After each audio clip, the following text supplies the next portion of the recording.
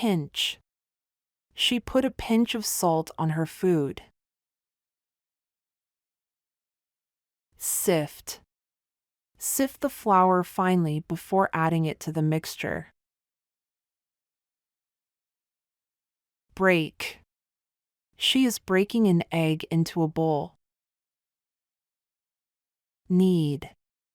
I knead the dough for the bread. Melt. The ice cream is melting. Peel.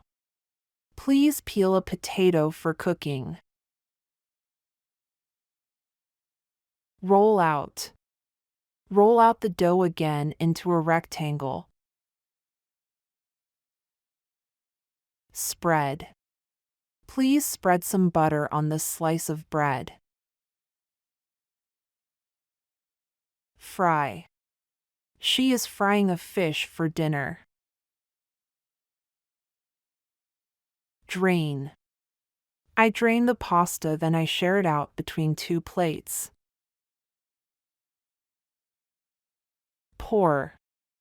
Don't pour hot water into the glass, or it will crack. Mix the flour with some eggs. Mash. She is mashing the potatoes. Chop.